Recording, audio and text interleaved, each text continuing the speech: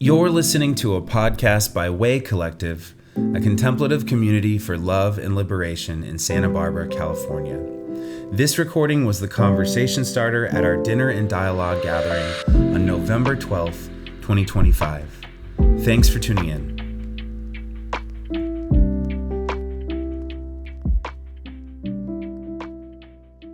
So tonight, I want to begin with a quote from the very end of the mystic Thomas Merton's 6-year diary from the monastery, The Sign of Jonas. I'm going to sort of just read this. I want to invite you to listen to it, and then we're going to reflect on it a bit.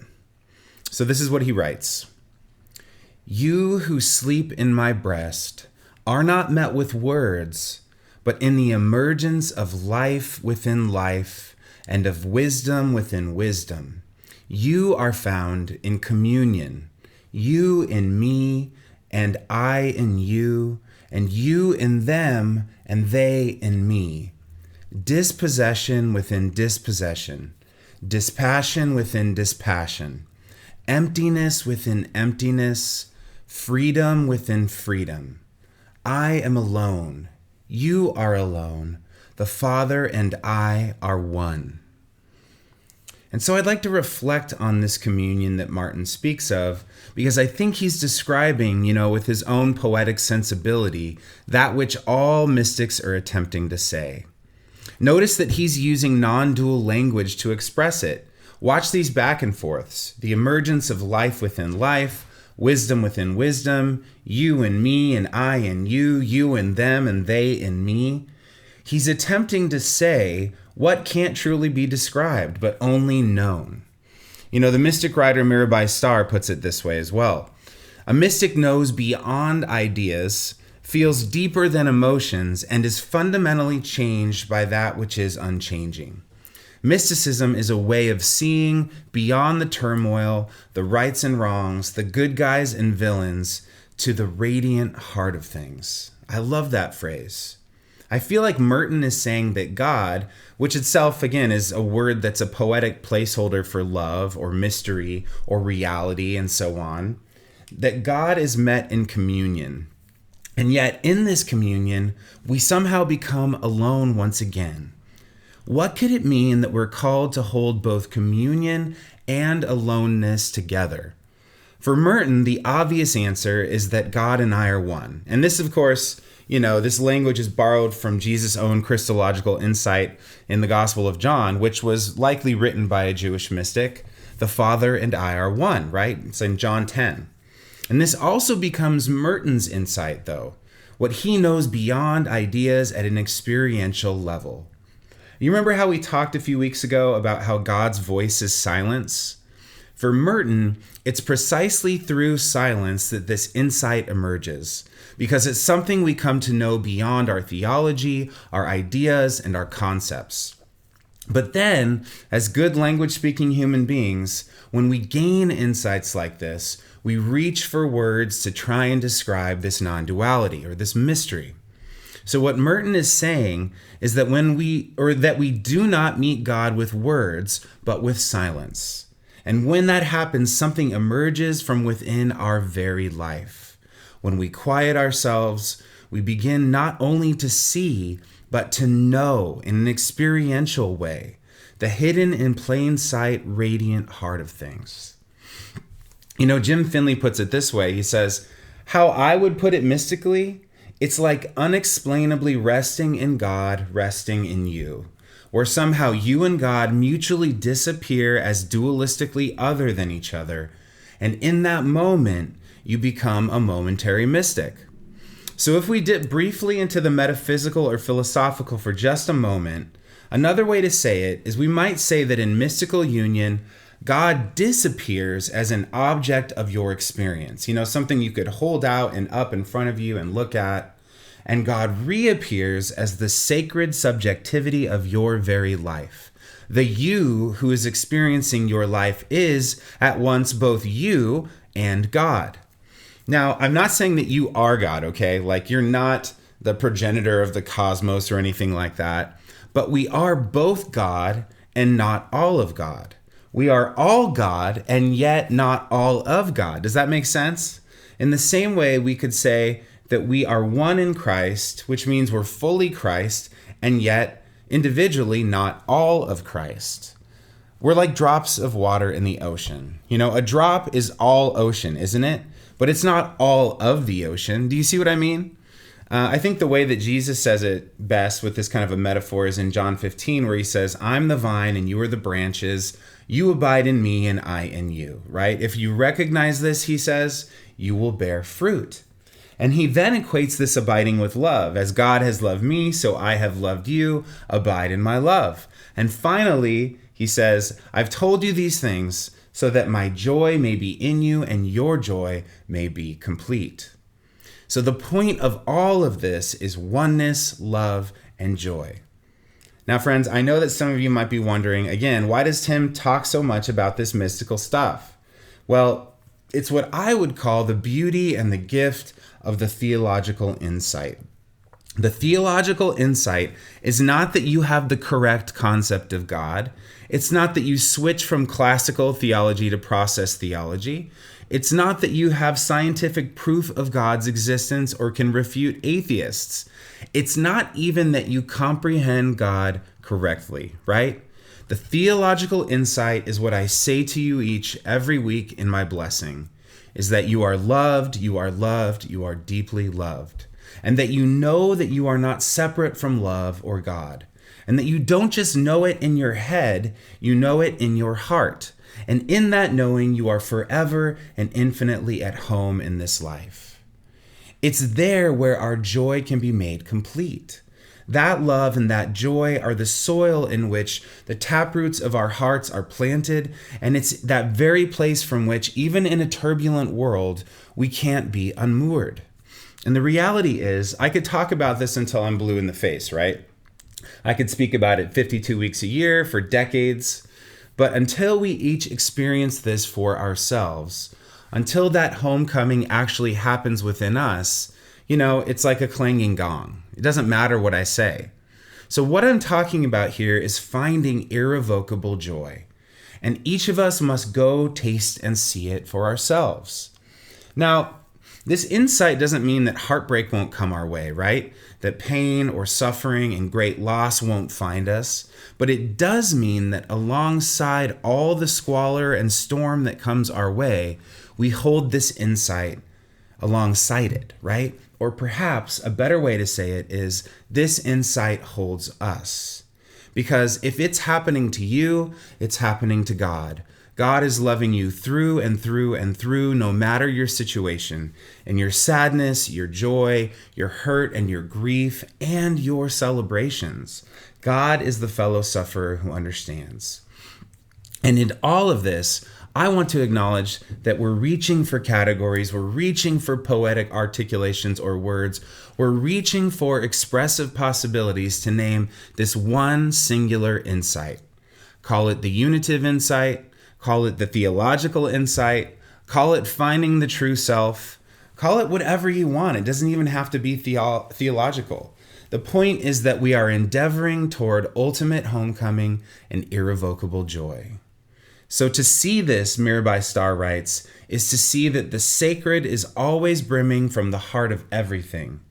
She says, if what it means to be a mystic is to walk through this world looking through the eyes of love, then anything and everything that we do with the intention and attention on the sacred, including our most difficult experiences, counts and belongs.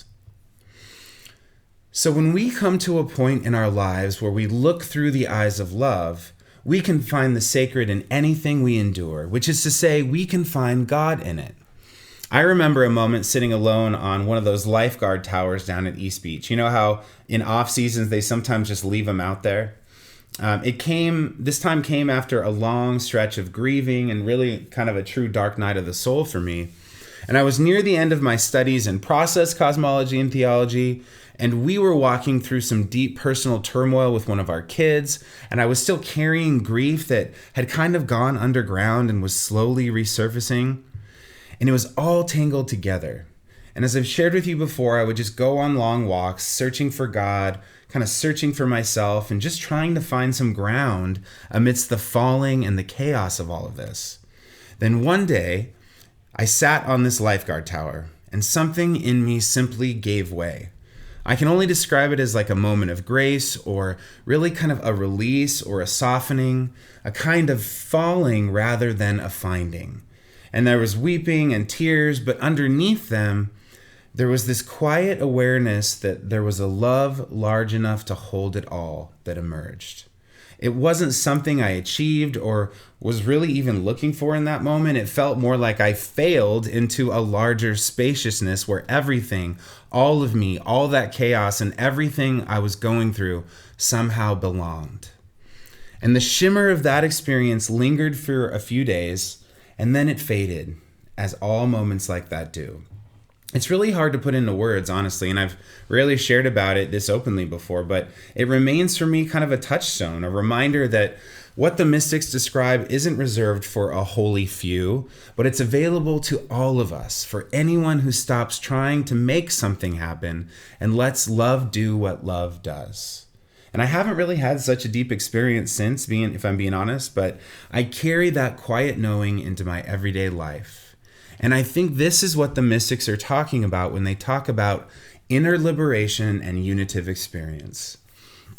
I remember talking to a friend of mine who's a monk at the Santa Barbara Mission, who I think many of you know, Father Larry, and he told me that his friend, Thomas Keating, who was a lifelong Trappist monk and literally the guy who created centering prayer, said that he could count on one hand the number of deep experiences of God that he'd had, and that they only lasted for a flash or a second.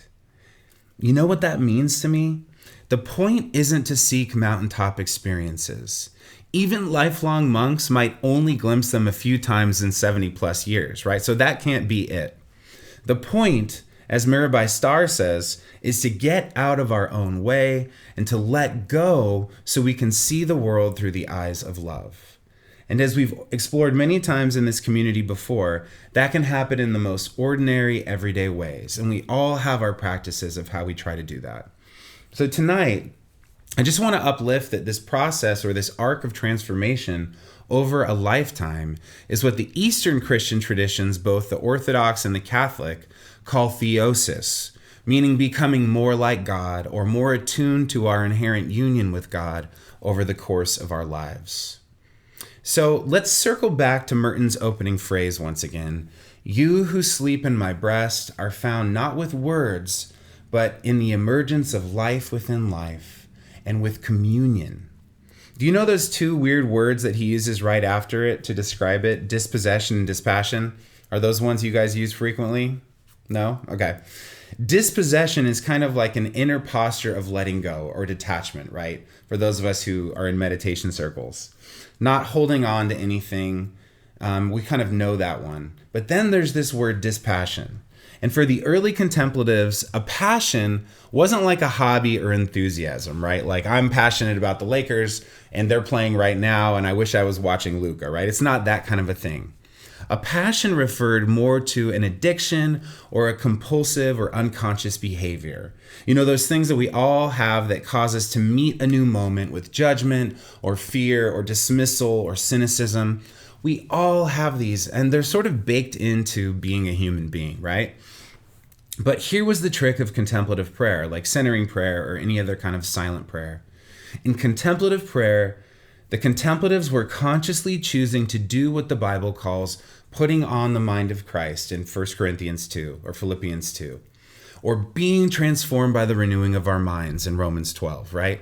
What they were doing in that is not entering into a transaction that pleases God, but attempting to transform their consciousness into a more non-dual mind. They were, in essence, attempting to see from love, and that is also what is invited of us. To learn to see ourselves through the eyes of love, to see others through the eyes of love, and to see all creatures and all things through the eyes of love. So dispassion was the word that the early Christian mystics used to describe the state of freedom and salvation from our monkey minds, where we're able to put on the mind of Christ, or you could read mind of love or eyes of love, and abide in that place of inner joy and peace. So tonight, perhaps what all of this shows us is that our language for God is always reaching towards something that words can't quite hold. But it's also an invitation to a kind of experience. When we awaken to divine union, to God as the very aliveness within our own being, the old boundaries between the metaphysical and the metaphorical, those two registers we've been talking about God in these past weeks, begin to fade away.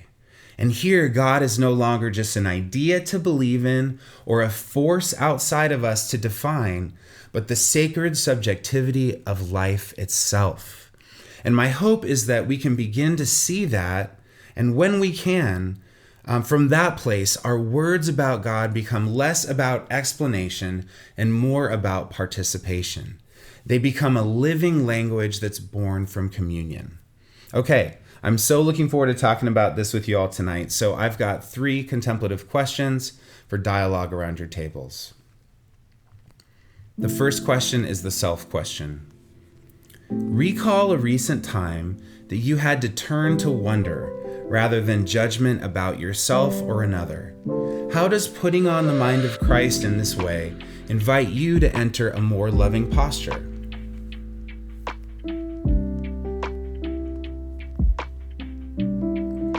Number 2, the sacred question. If God is the very aliveness within your own being, how might that change the way you speak of or listen for God in daily life?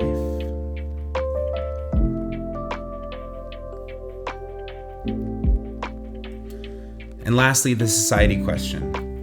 What might it look like to see the world and one another through the eyes of love, especially in a divided and hurting time? And does your own inner contemplative posture lead you to love outwardly? Why or why not?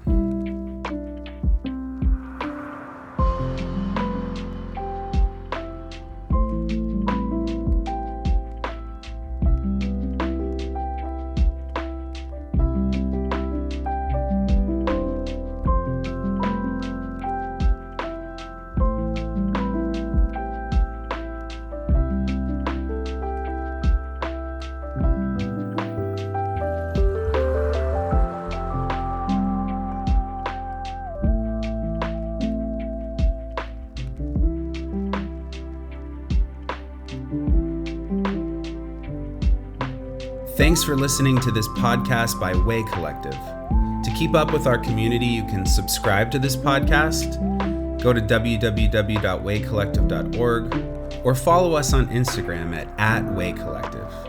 Peace and every good, y'all.